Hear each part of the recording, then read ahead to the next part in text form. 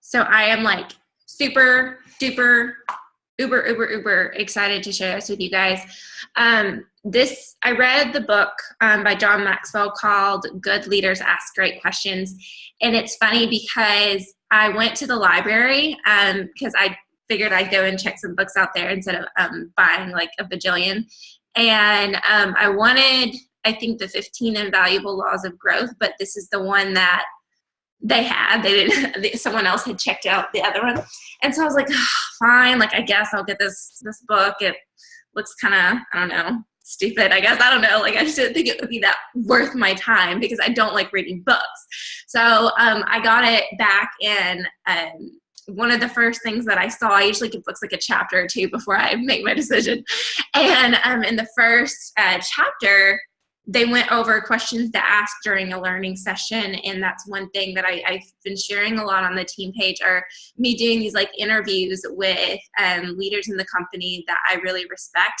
And they've been amazing. I think that is one thing that I have done the most in the past, like 6 months, that has grown me personally the most, like those meetings. I've only had 4. And I have another one with Allison Bow on Thursday. And if you don't know who she is, go look up her Diamond Doc. Like, you guys know who Celeste Wynn and Jen Hawkins are. She's like their 8th and 9th upline, if that tells you anything. So I'm going to meet with her, and I'm really excited. But I'm going to go over those questions and exactly what I asked, because I want you guys to take advantage of this too and start interviewing leaders in the company that you respect, because it's only 7 questions and you will learn so much. She liked the status of yours? Yes. Oh my God. She's really sweet. From what I can tell, I've only had like a conversation with her, but she was super real and awesome. But anyway, I'm going to go ahead and get started because, like I said, I have a lot of information to go over. So I want you guys to get your notebooks out and a pen, because you're going to probably take a lot of notes. And don't worry, this is being recorded in case you missed something, or you're just not a fast writer and I'm a fast talker. So, sorry, Asia. Okay. So why are we talking about questions? You're like, okay, cool, questions, great, cool. What is that? Why is that helpful? So a quote by Thomas Watson says, the ability to ask the right question is more than half the battle of finding the answers. Okay? So we have like these things that we want to achieve, and we're like, okay, well, what's the secret to success? Or how do I get to Emerald? Rachel, how do I get my Lexus? How do I go to Hawaii? Well, you got to figure out the right questions to ask. Okay. So that's what we're going to go over. And I'm going to start by talking about why you need to embrace question asking, and as part of like a lifestyle, basically. And that's one huge thing that I took away from this book is, I caught myself already doing this naturally. But I've been so much more intentional about asking questions, and it's been a complete game changer for not only like my life and my relationships, but also my leadership. So number 1, why you need to embrace asking questions as a lifestyle is you only get answers to the questions that you ask. Simple as that. I really like this quote. I'm going to do lots of quotes tonight because, yeah. And this quote by Richard, I wrote really fast. I don't know his last name, so we're going to call him Richard. He says, it's better to look uninformed than to be uninformed. And I chose that quote because I feel like a lot of people don't ask questions for fear of looking stupid. So basically, it's better to look stupid than to be stupid. Okay? Okay. Not super profound, but true. Number 2 is it unlocks and opens doors that would otherwise remain closed. So if you have a problem, for example, and you're not sure what to do next, you need to ask yourself, why do we have this problem? How do we solve it? And what specific steps do we need to take? So just taking a second and asking yourself questions, or asking someone else these questions, of saying like, okay, I have a problem, instead of freaking out about it and going hiding under the covers eating chocolate. Like, you'd be like, okay guys, what do we do? And then I love this. It says successful leaders ask questions and pick the brains of the people they trust. I'm going to talk a little bit more about that later, but I just want to add that in there. Number 3, it's the most effective means of connecting with people. Questions are the most effective means of connecting with people. And so when you're connecting with people with communication, if that's not your strong suit, I highly suggest 25 Ways to Win with People, I think is what it's called. But the point is to find commonality with people. And the way that you do that is by asking questions. And you want them to, like, the whole goal of communication is like, oh my gosh, me too. And that's how you make friends, people, is you ask them questions about themselves, okay? That's a whole different topic. Number 4 is questions cultivate humility. I'm going to discuss this a little bit more later too, but new leaders often are told to fake it until you make it, which in some senses is great. And, you know, you got to have that, fake that confidence, you know, tell yourself affirmations until you believe it, until you make it. But oftentimes we take that as, oh, we have to fake it like we know everything and we don't ask enough questions. And I know that I definitely fell into that category. And I love this quote. It says, "It's strange how we must surrender being right in order to find what is right. Humility enables us to be authentic, vulnerable, trustworthy, and intimate with others." So you have to ask these questions and humble yourself and be like, I don't know everything, all right? Number 5, questions help you to engage others in conversations. Going back to our other point, find commonality with people. It starts conversations. When you ask people questions about themselves, they naturally open up to you, okay? Number 6, it allows you to build better ideas. Love, love, love this. So we can have the best ideas in the world, but sometimes leaders get stuck in their own like thoughts and their own questions. And so it's really great to ask others and to questions to be able to build on everything else that, you know, you've already created. Number 7, I skipped a part. So when talking with others, it's called shared thinking, and that's what I wanted to go over here. And you have to figure out, okay, who are these people that I'm going to share my ideas with? Who should I invite to my table is what John Maxwell says. And if you've read the 21 Laws of Leadership, you know, the law of the inner circle, you have to be very careful with who you let into your inner circle. And you have to be very careful as well with who you share your ideas with and who you ask questions to get their opinions on your ideas. So just real quick, who you should invite to your table. These are the qualities that they need. They need to understand the value of questions, desire the success of others. They are not threatened by other strengths, can emotionally handle quick changes in conversation, understand their place of value at the table, bring out the best thinking in the people around them, have experienced success in their area, and leave the table with a we attitude and not a me attitude. I love that, and I have so many amazing people on my team, even people on this call who I consider to meet all of those qualities, and it makes such a huge difference when you have people who are at your table who are building you up, who are focusing on bringing things to the group, than who are more focused on themselves. Okay, number 7, questions give us a different perspective. Easy. You know, we all have our own way of viewing the world and of viewing situations, and I absolutely love getting other people's opinions who have different personalities, different backgrounds than me, because I see things that I wouldn't normally see.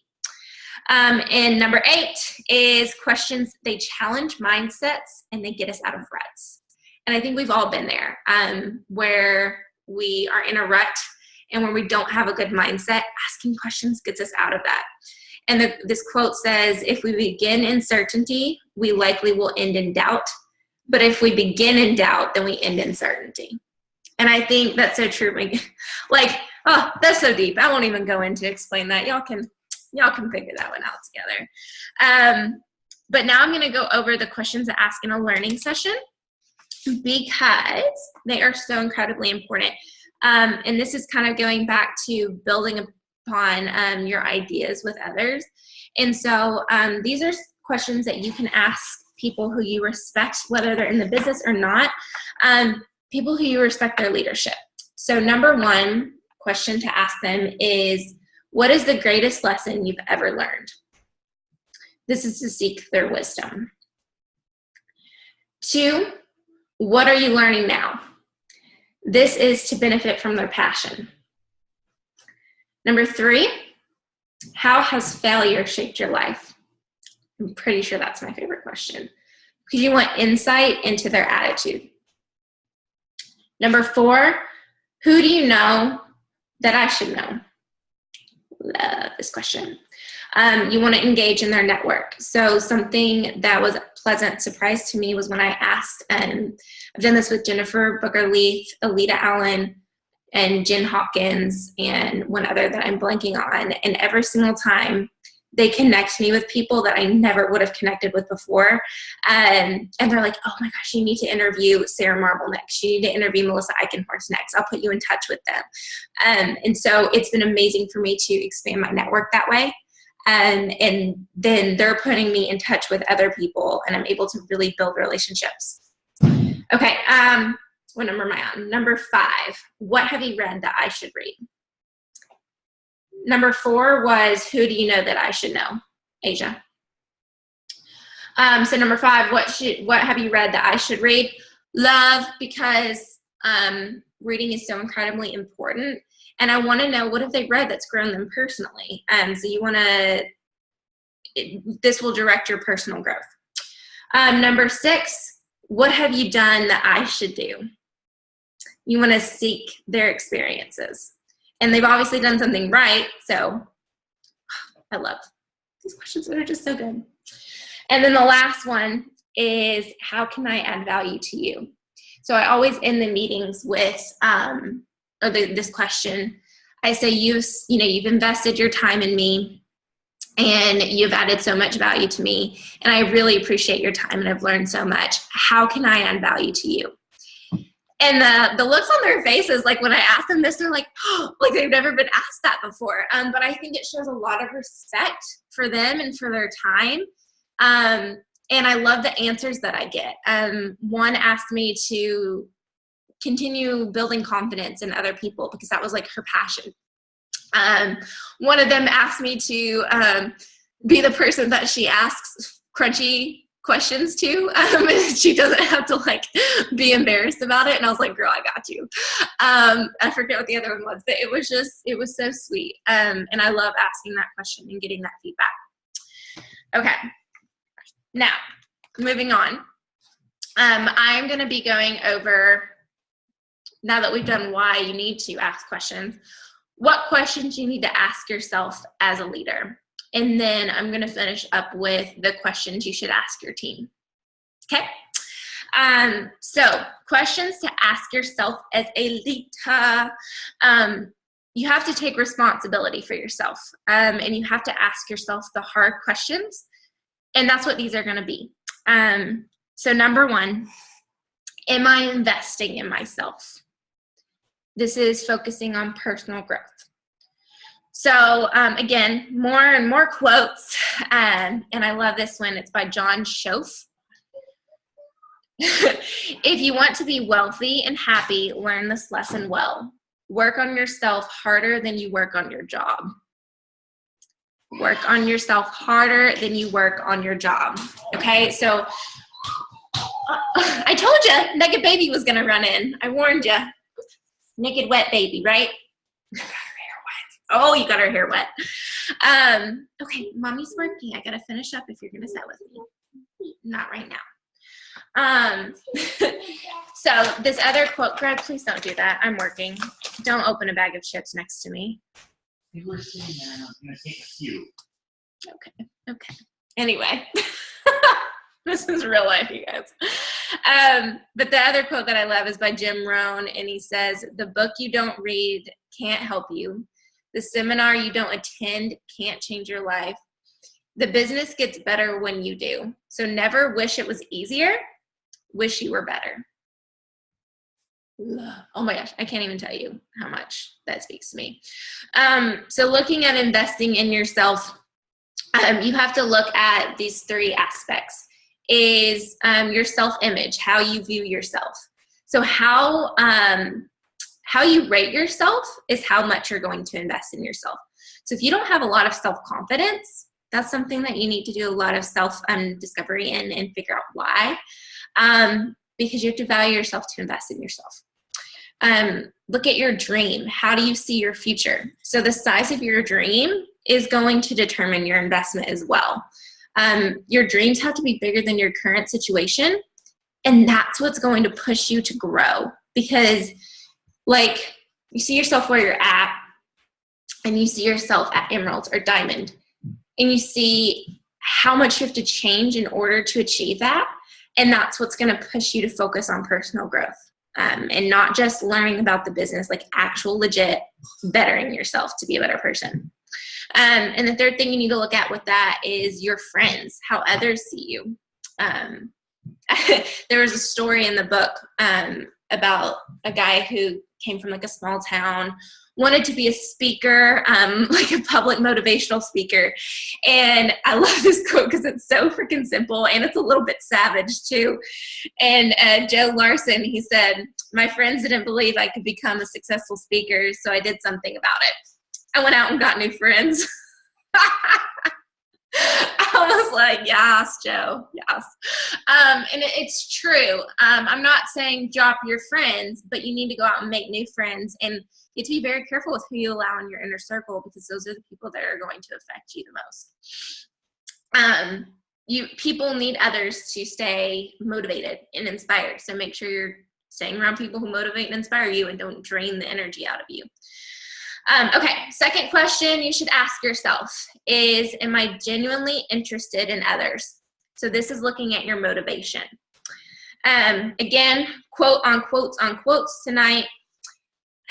People have two reasons for doing anything. They have, I lost my spot. A good reason and the real reason. To be a good leader, these have to be the same. I do not have the speaker of that or who wrote that, but it's deep. I'm assuming John Maxwell. So you have to question your motives daily with this. It's really easy to become corrupt and selfish. So question your motives. Do you really care about other people? Especially, I think we can fall into this when we're trying to rank. And any of you who have pushed for a rank like gold or senior gold or ruby, and you're like, come on guys, like you gotta qualify. Really looking at it and making sure that your motives are pure in that time. Number 3 question you should ask yourself is, am I grounded as a leader? So this is looking at your stability. To avoid getting a big head, we have to exhibit these 3 qualities. Number 1 is humility. And you have to understand your place in the bigger picture of things. And who said this one? Rick Warren. He said, humility isn't about denying your strengths, but it's about being honest about your weaknesses. And that is something that I personally try to embody. I don't play down my strengths. That's not the goal, but I want people to realize that I'm human. And that I do have weaknesses. So you have to be honest about that, because otherwise you're being fake, and nobody likes that. And I love the story about back in the day, back in like BC, the Roman emperors, when they were like crowned or whatever, I'm butchering the story, and they had like a parade. Stop, Lindsay. I see you laughing. No, just kidding. But whenever there was a new Roman emperor, they'd have a parade, and they would put, the wreath on their head. And there was someone who had a specific job to stand next to the new emperor and say, "You are just a man. You are just a man. You are just a man." Because they can get a big head going through this crowd and be like, "Oh man, yeah, like I'm the shit." Okay. All right. That's what they're thinking when they're going through this parade, because everybody's praising them. Everybody loves them. So you need those people to bring you back down and make sure that you're grounded and remind you that you're just a person, an imperfect person. The second thing you need to focus on, so you don't get a big head, is authenticity. So you need to be comfortable in your own skin. And often leaders are put on a pedestal. And we have to step down as leaders. We have to step off of that pedestal so that we can be authentic. There is what John Maxwell calls the success gap. And so it's the perceived distance between successful people and those less successful. So you have to allow yourself to be put on a pedestal. And it's very easy to take your stuff off of that pedestal. So don't allow your team to do that. Don't allow your followers to do that, because I think he says inauthentic people enjoy that gap. They protect their image. They like to be put above the rest. And so in order to be authentic, you have to step down and be among the people. Be honest about your failures and shortcomings, okay? Which I gratefully do, because I have a lot of them. Like, for reals. Not even gonna pretend. So number 3 thing that you need to focus on and to make sure that you're grounded is your calling. I really liked this aspect. It wasn't one that I thought about. So you have to have a purpose that's bigger than you. What's your calling in doing this? So you have a dream, that's what you want to do, but your calling is what you have to do. And I think it's a beautiful thing when people find their calling. And I think it's even more beautiful when they can find it in a business that puts food on the table for their family, or buys them a new house, or provides financial stability and freedom for them. And I love it. Like, when those two come together, it's like rainbows and sunshines and butterflies. And John Maxwell said, he said, when I found my why, when he found his calling, when I found my why, I found my way, my will, and my wings. Like, I need a crying emoji right now. That sounded so basic white girl, but it was true. Sorry, I'm looking at this chat.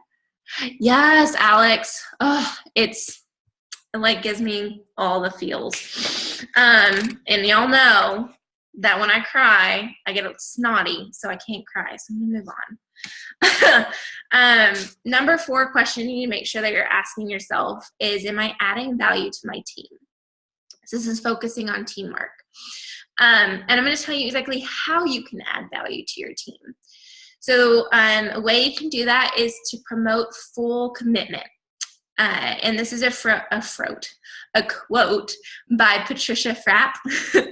And she defines a team as not equal in experience, talent, or education, but in commitment. And so you have to make sure, I think John Maxwell talks about this in his 21 laws, of making sure that your team has a, what's the word I'm looking for? Like a common mission, like a goal, a mission statement, and making sure that everyone is equally committed. We're all going to be different in a lot of areas, but that's what makes us a team. And commitment starts in the leader and extends out from there. So you have to make sure that you're not waiting for your team to be committed before you're committed. If that makes sense. The second thing you can do to add value to your team is create an environment of encouragement and support. So this is something that we really strive to do. I hope that you have noticed, at least. And this is something that I want to even continue to build upon. And so what you need to do is to ask your team, ask others, and so I'm asking you, to acknowledge the skills and strengths of your teammates. So if you notice that somebody does something freaking awesome and you're like, you think to yourself, wow, okay, like they're really good at that. That's great. Give them a shout out. Like, we love doing shout outs on our team pages, and you'll probably see like sponsors do shout outs, or, whoever's team page it is do the shout out. But like, y'all, you are more than welcome, like actually encouraged to give not only your downline shout outs, but also your sidelines shout outs, and even your uplines. No, I'm just kidding. What about humility? I don't. But definitely, like, encourage your teammates and do shout outs, okay? You are just a man. I'm a woman. What is it? She's the man. Was it you that I was talking about that movie with? Oh my gosh, it's my favorite movie. You know it, bro. I'm moving on. That's my literal favorite movie. Okay, number 3, to add value to your team, identify adversity as an opportunity to develop character. So oftentimes we see failure and challenges and adversity as a problem, as a weakness, as the end, but just we have to view it as a way to grow our character, not only in ourselves, but as a team. So teamwork is never tested in the good times. It's tested in the not so good times. And I really like John Maxwell. He said, adversity introduces you to yourself and reveals where you're strong and where you're weak. So losses are just learning experiences. They're lessons that you can't learn any other way. And unfortunately, as I'm sure you're all aware, you have to learn lessons the hard way sometimes. So that's okay. It's okay. It happens. This isn't a quote from this book, but I love the view of it. I was talking to Melody about it not too long ago. But the quote from What to Say When You Talk to Yourself is, he says that challenges aren't the antithesis of success, that or goals. When you meet a challenge doesn't mean that you're not going to meet your goal. A challenge is a part of a goal. So when you have goals, you're going to have challenges. And when you have challenges, those will create goals. So they're not like opposite, they're part of it. So yeah, thanks, Ada. Thanks for taking care of that, Krista. Okay, and then the fourth thing to add value to your team is you have to consider each person's strengths and weaknesses. And I feel like we talk about this a lot, but I'm glad that we're talking about it even more because we've been doing like Strengths Finder. That's been a really big push for a lot of us. And one of my strengths actually from Strengths Finder is called individualization, which means I love knowing people's strengths and weaknesses and building upon them and putting them in areas where they'll like have the most potential. But with focusing on other people's strengths and weaknesses, you need to ask yourself what's best for the rest. He has this analogy in here. He says, when you take a group picture and you go to look at it to assess whether it's a good picture, who do you look at first? You'll look at yourself. So when we look at our group picture, we can't look, okay, what's going to make me look the best? You have to say, what's going to make the team look the best? What's the best for my team for their individual strengths and weaknesses? So he says, to succeed, we must value completing one another more highly than competing with one another. So completing one another more highly than competing with one another. All right, number fifth question you have to ask yourself is, am I staying in my strength zone? So this is focusing on your effectiveness. And again, going back to Strengths Finder, if you've read it, you know, you need to focus on your strengths. Don't focus on your weaknesses as much. Stay in your strength zone because that's where you have the most potential and that's where you're going to be most effective. Like he says, you don't have to do everything and you probably shouldn't. You need to learn to delegate and stay in your strength zone and do the things that you're actually good at. And I liked this unique take. He said, develop your uniqueness and find a greater sense of purpose by discovering your strengths. And I feel like when you do discover your strengths, that's how you feel. You feel empowered. You have a stronger sense of purpose of what you were made to do in this world. It's just empowering. It gives me all the good feelings when I learn my strengths. And then the sixth question to ask yourself is, am I taking care of today?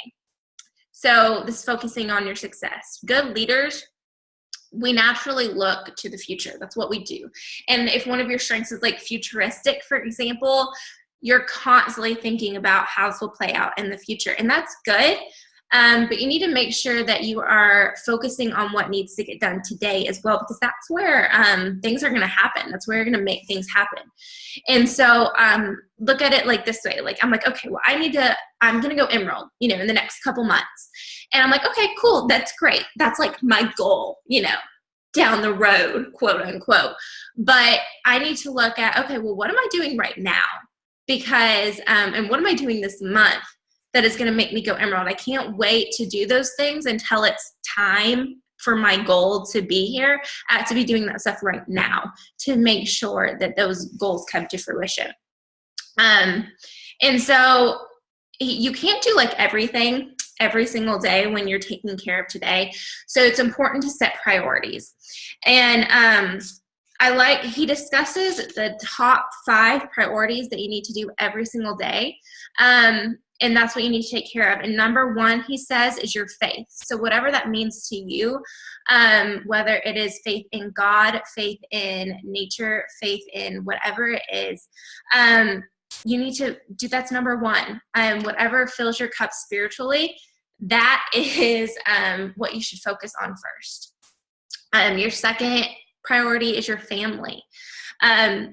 He defines success in multiple books. John Maxwell does, as success is having the closest people to you love and respect you. And so making sure that you're taking care of your family before anything else. And then number 3 is your relationships. So people will do business with those that they like.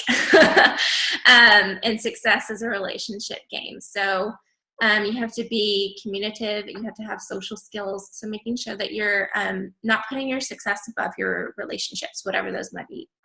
Number 4, make sure your priority is on your mission. Make it personal and ask yourself every day, in what I'm doing, is this action taking me closer to my end goal, my mission in life, like your greater purpose? And then number 5, you have to make sure that you focus on your priority is health, which we all like. We're in the health and wellness business, right? But that goes beyond just taking your supplements. You need to take care of yourself before you can be successful. So whether that means making sure that you are eating enough, or not eating too much, making sure that you're drinking enough water, taking the me time that you need, whether it's exercising to let out aggression and going to a kickboxing class, or whether it is doing some yoga and taking some time to sit in Shavasana and just be still and take some me time. That's your health. That's your mental health. And that's equally as important as your physical health. So make sure that you're taking care of yourself. And as a leader, that's extremely important because you're going to be pulled a lot of different ways. And this is a slightly off topic.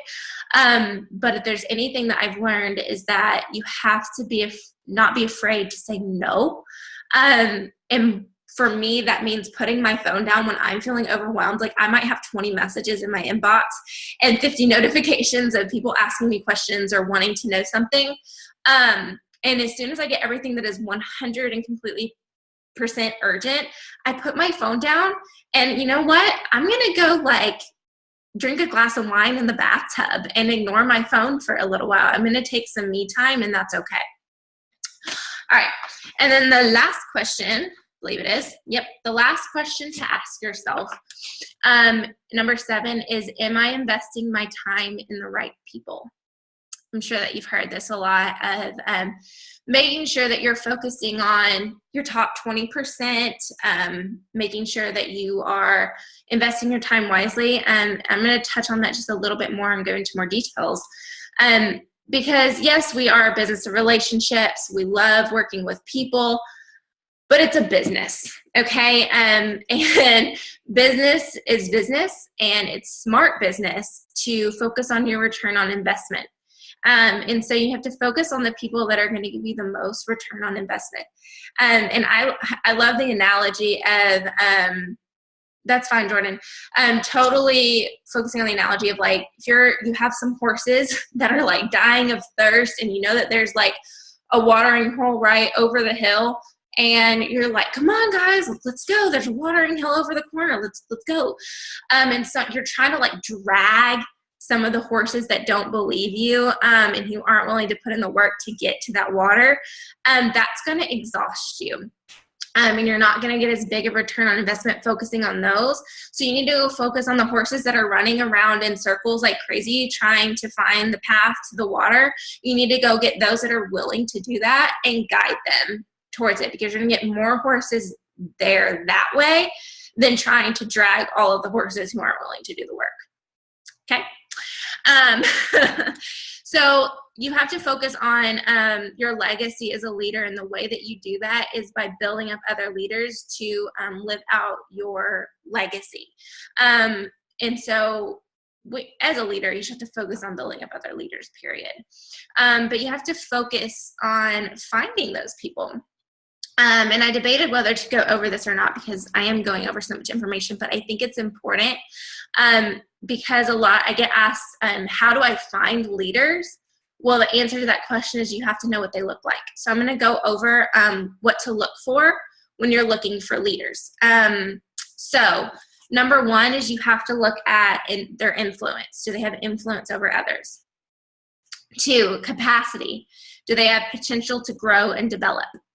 3, their attitude. Do they desire to grow personally? Chemistry. Do we like each other? Because that's kind of important when you're going to be working with someone. I like all the people I work with. 5, passion. Are they self-motivated, or do they need constant external motivation from you, which can be draining? 6, do they have character? Are they grounded? Do they have that humility and that authenticity? 7, values. Are your values compatible with them? Because that's important. Teamwork. Are they willing to work with others? Because that's kind of important in this business too.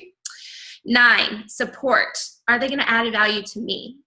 So looking at like people you bring to your table, they have to add value to everyone else at the table, including you. 10, are they creative? Do they find possibilities in the impossible? 11, option. Do their contributions give me another option? Are they going to help me find another perspective when we run into issues? And number 12 is 10%. Are they in the top 10% of your team? If so, if they meet all of those qualities, guys, focus your attention on them and help build them up as leaders because they have everything that's needed. Okay, so in this, am I investing my time in the right people situation? Don't make the mistake of recruiting everybody because of what I mentioned earlier, with the horses. You can't make a difference in the people that don't want to make a difference. You can't drag that horse, even if you know they need the water. Even if they know they need the water, if they're not willing to put in the work, there's no way you're ever going to drag them there. And all it's going to do is it's going to tire you out and drag you back down with them. So make your investments strategic by determining who's going to give you the most return on investment. And that's not to put down people, be like, oh, well, you're not giving me a return on investment, so sorry, not going to work with you anymore. You got to love those people and be their friend and be there for them when they need you. But you need to invest your time, most of your time and your energy in those that are going to give you the biggest return on investment. And that's just simple business. That's smart business. So that's what you need to focus on.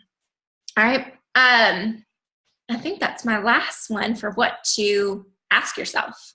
My last little point. So I'm going to finish up with what to ask your team, because pretty sure that's why you're all here. You're like, oh gosh, okay, what do I need to ask my team to get them going? Let me check this message real quick. Okay, no problem. Oh, that was just Jordan's message from earlier. So questions to ask your team. We often look at leadership of advising and the leader talking, giving speeches in front of the group, me doing something like this. But what we rarely see are leaders asking their team members questions and then truly listening and caring about their answers. Mostly because it's done, behind the scenes, but it's something that we need to know that's extremely important, and that's how I do most of my leading. If you've ever been on a call with me, I'll be like, okay, how are you doing? I'm like, all right, tell me what's going on. Tell me what's happened this week. What are you struggling with? What's your issues here? Tell me what I need to know, basically. So we're going to talk about listening real quick before we talk about the questions to ask your team members and why listening is so important. And this quote is from Coach Wooden, who is the guy that I love. I think it's from the Law of Priorities in 21 Laws. I might be the wrong one. But he says, why is it so difficult to realize that others are more likely to listen to us if we first listen to And so this goes for even if you're talking to potentials, really listen to them. Be their friend. People want to be cared about. They want to be listened to. And they don't want to be the type of listen to where it's just like, oh yeah, okay. They really want to be heard. And they are more likely to listen to you when you have listened to them. So make sure that you're listening. It's not the internal listening where you're just thinking about yourself the whole time and how you're going to reply and how what they're saying is related like to you. And instead, make sure that you're focusing more on like being tuned in on what they're saying and having empathy and clarification, being aware of the impact that your response is going to have, but also be willing to listen not only to their words and what they're saying, but also how they're saying it in their environment and kind of, I guess like the subconscious behind it. Like this goes a lot into intuition, but read the room. And that's kind of like the proverbial room because a lot of times we do stuff over like video chat. But like read the room and read the situation and make sure that you are hearing them and not just hearing their words. So why you have to listen to your team is because listening demonstrates your value to others. Oh no. Honey. It's okay, Greg, I got her. So you have to demonstrate your value to others by listening to them. David, I think Augsburger, I just totally butchered his name, so sorry, dude, if you ever see this. But he says, being heard is so close to being loved that for the average person, they are almost indistinguishable. And I think if you've ever truly been heard by someone and you just like had a really great conversation with someone who was really listening to you and like cared about you, you're like, oh my gosh, like you feel so fulfilled and you will eat up anything they say because they listened to you, they loved on you. And we love our teams, you know, like we love these people that we work with. And so we need to show them that respect by listening to them. And it will also increase your influence. Because when you listen to people, it's going to increase your credibility and your influence, both of those. And then also the most important thing about listening is it leads to learning. Because if we are constantly telling people what to do, and which isn't always bad, but we need to stop and ask questions and really listen to their answers because you can learn a lot about people simply by doing that. And so you'll probably catch me doing this. I did this before this book, but now I just kind of notice that I do it more, is I'll get on a call with somebody and I'll be like, okay, like what do you think the issue is? Why you're struggling to achieve this certain goal? And I'll listen to what they're saying and they're like, oh, well, you know, I can't recruit this type of person, can't ever seem to get the right types of people. And I'm like, okay, well, why do you think that is? And I'll keep asking them why, and really making them think. And I can learn so much from their answers. And it also allows me to be like, okay, well, have you read this book? And then be like, no, or watch this video or whatever it is. I'm like, okay, why not? And I don't say, okay, well, you need to. I'm going to ask them why they haven't yet. And that really makes them think. And I can teach them so much more by asking them questions than I could ever do by telling them what they need to do. That's just my little personal experience snippet to put in there. Not right now, baby. Will you go sit with Daddy while I finish up? And I'll be done in just a minute. Okay, so before I move on and finish up with the questions to ask your team, you just want to make sure when you are listening that you have this checklist.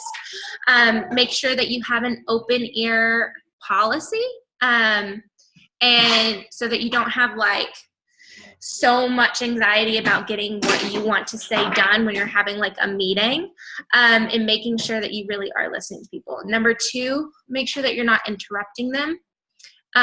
It's just rude, period. And I actually have a really bad habit of interrupting people because my brain just works so fast that when people are talking, I'm like, oh yeah, okay, well, we need to run off of that. I call it like spaghetti brain, where one thought kind of overlaps and runs on to the other. My husband goes, hey, Greg, those blocks are really loud. Please have her stop. And so just don't interrupt people and wait for them to finish. And then make sure that you're thinking to yourself, do I really want to hear what I need to hear? Because sometimes we need to hear things that we don't want to hear. So making sure that when people are telling you stuff that you're really taking it in, even if it's not really what you want to hear. Okay, moving on to the best part and why you're all here is the questions to ask your teams. Number one is, what do you think? Simple as that. What do you think? The reason that you ask this question is to gather info, confirm your intuitions, which is what I do a lot, assessing someone's judgment and leadership. Sometimes I'll ask people questions just to get their take on it because I want to see what that just said. I want to see what their judgment's like and what their leadership is like. Teaching people how I think, and then processing a decision. So if I have an idea, I did this earlier with Allie. We had a call and I was like, I have this idea. What do you think? Because I really want her input. And I really want to know what my team thinks when we are doing certain things. Second question, how can I serve you? Love this question. And I've probably asked you it before. Sometimes I try to phrase it as, how can I help you? Because I think that people are weirded out when I say, how can I serve you? And they're like, are you my pastor? Are you taking the communion plate? So I always try to say, like, how can I help you? How can I serve you? So when speaking, sorry, I lost my place. Is there something, like when you have a speaking engagement, that's what I like to do. Like when I'm hosting calls for other people, I say, like, is there something that I can focus on? Is there something that I can say for you? What will help you and your team the most? Because when I'm going into that, I want to know what's going to help them, because that's the whole goal. Leadership is servanthood, and so we need to ask them how we can serve. The third question is, what do I need to communicate? Okay, baby, I'm almost done. What do I need to communicate? So, but again, like before a speaking engagement, what do I need to project to these people? How can I help? And what do I need to communicate specifically? Number 4 is, did we exceed expectations? Love this one. So after you've done something, whether it is the end of a month, the end of a quarter, the end of a year, whether it was a project that you've done, if you created a workshop, ask your team, say, okay, well, did we meet the expectations that we had? And make sure that you're delivering on what you promised. The 5th question, what did you learn? I ask this one all the time. I'm laughing because you guys, now you're going to being like, Rachel, you're just asking this question because you got it from that book. Because I do this a lot, is what did you learn? As well as what did you love about it? I do this with Charlie, we went to the zoo. Okay, what did you learn today? Your kids get home from school. What did you learn today? You can do this with your team. So after an experience or some sort of training, to connect with them and give them feedback, you'll say, what did you learn? So any of you guys going to convention, when Ashley and I have the get together in our suite, and y'all all come up after the dessert reception for some wine, you can guarantee that we're gonna be like, okay guys, what have you learned? Because that's what we do. And it prompts people to evaluate their experiences, and it's super important because you don't learn the most when you are in the situation, when you're in the training. You learn the most when you evaluate it after the fact. Number 6 question you ask people, did we add value? So you want to make sure, that's the whole goal in life, is to add value to people. You don't want to take away value, so you need to make sure that you're connecting and adding value. 7, how do we maximize this experience? Asia, I know that you're a maximizer, and I so I know that you probably really like this question, is so you don't take opportunities for granted. We have to make the most of them. Like when you have something big going on, you don't think, okay, how can we just do this, pretty good, even great. You need those people to think, how can we make the most out of this? Because you have an opportunity before you. Don't waste part of it by not maximizing your experience. Anything less is just a waste. Number 8, what do I need to know? I ask this one a lot, especially before I'm doing like a 3-way chat or something with a team member, and their time and materials wasted is your pet peeve. Yes, girl, because it's your strength is maximizing. But what do I need to know? I ask this before I do 3-way chats, like I said. So I'm like, okay, what do I need to know about this person? What do I need to know about this situation before we go into it? And you can ask this for key people. So like while you're away for whatever reason, or you can come back and say, okay, leaders, what do I need to know? What's going on before you're about to enter some sort of meeting? All of that. I just love it. What do I need to know? Helps you prioritize what you need to do. Number 9, I have this one starred, is how do we make the most of this opportunity? You can't afford not to ask this question, honestly, because this kind of goes along with the maximizing, but it's a little bit different.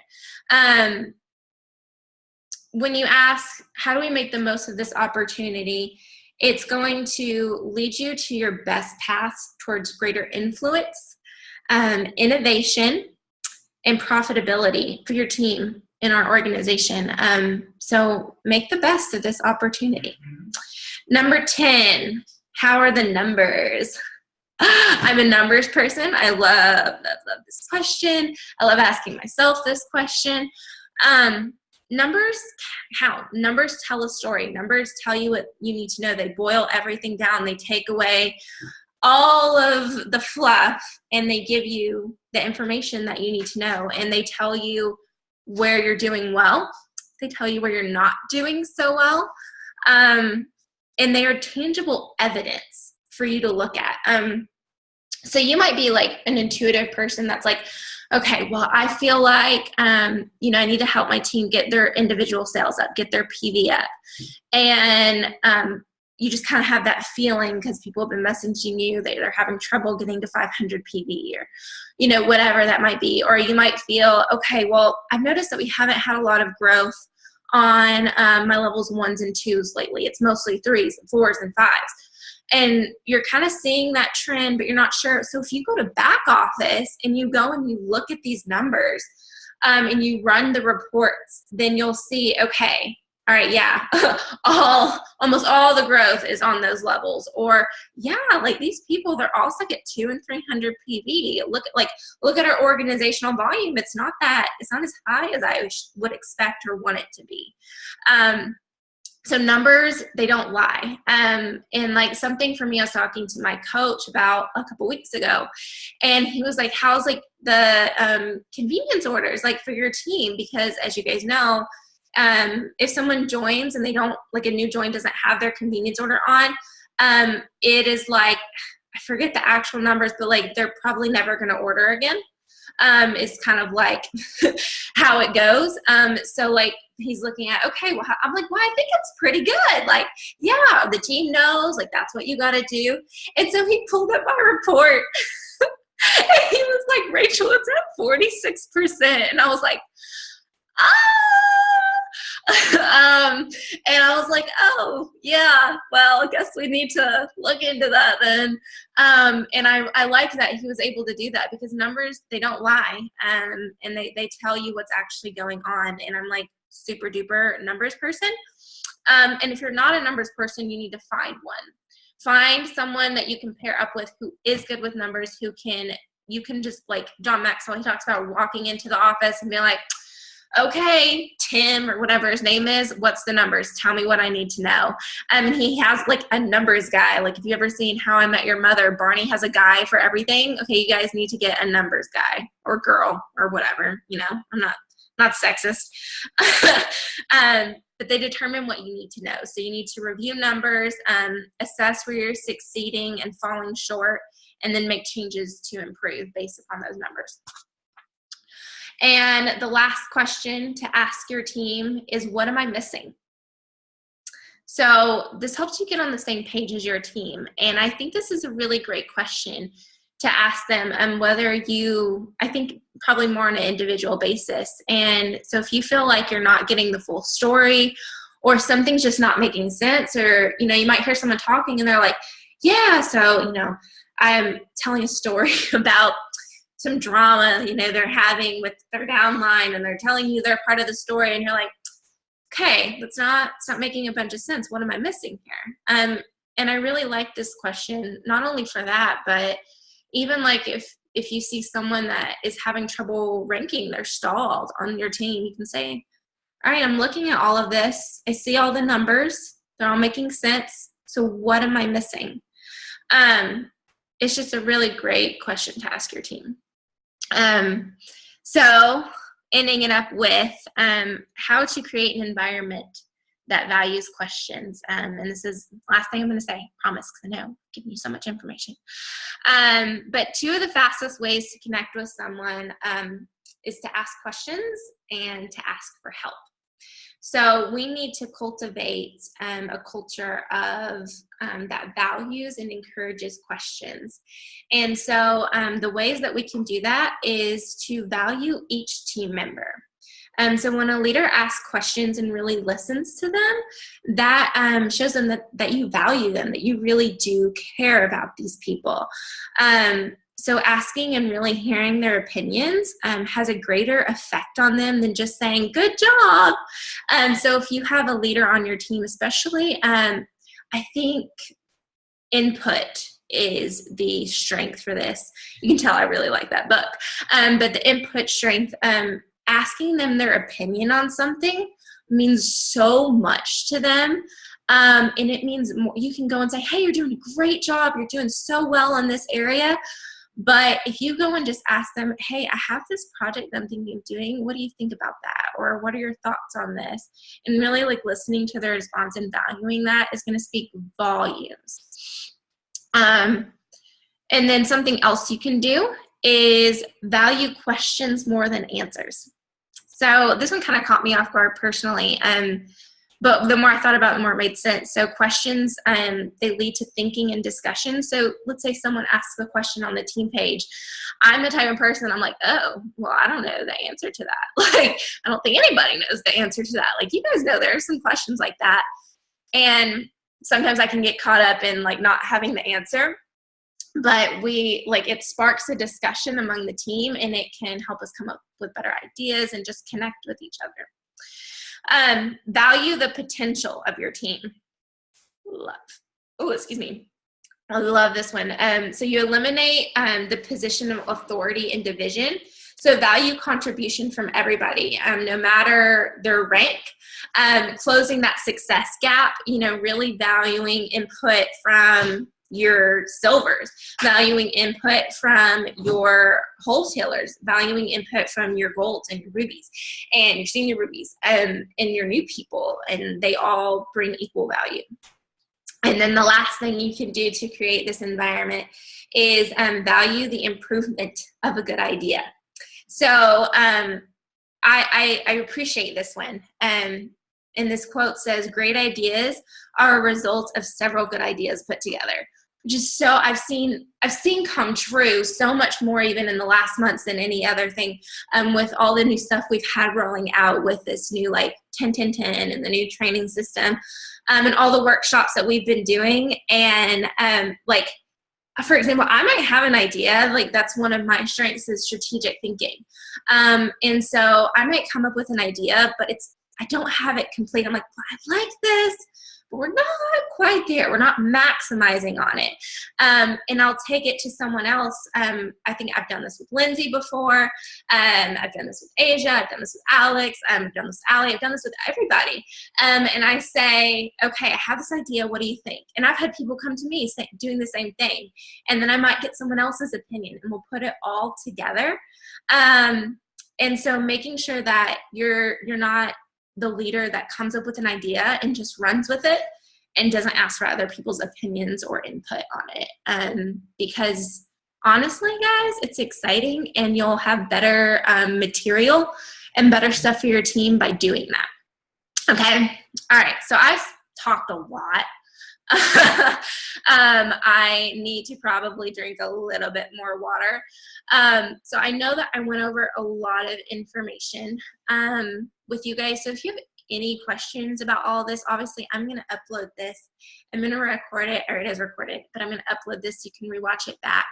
But let me know if you have any questions specifically, or if you missed something, let me know. But I didn't even go over everything in this book, but I went over what I thought was most important, and I hope that it's helpful, because I know that just learning about proper questions to ask and why they're important and which ones, even just like giving you simple ideas, as simple as, what was the one that I said I ask all the time is, oh yeah, what did you learn? And just being conscious of that is going to make you so much of a better leader, and you're going to see the shift in your team culture and in the spirit and the vibe of your team when you start valuing questions and really listening to them. So anyway, I'm going to let you guys go to bed. I know that it is late. I appreciate you guys hopping on. Love you very, very much. And Thursday, I'm doing a Zoom and Chill, which is basically my play on Netflix and chill. And we're all just going to hop on and bring yourself your favorite drink, whatever that is. No judgment. I will have a glass of wine. And we're going to chill. You can ask questions. It'll be an open forum. It's really fun, and you guys know I'm silly, so there'll be lots of laughs, and probably she's the man quotes. But anyway, all right, love you guys, and I will talk to you soon.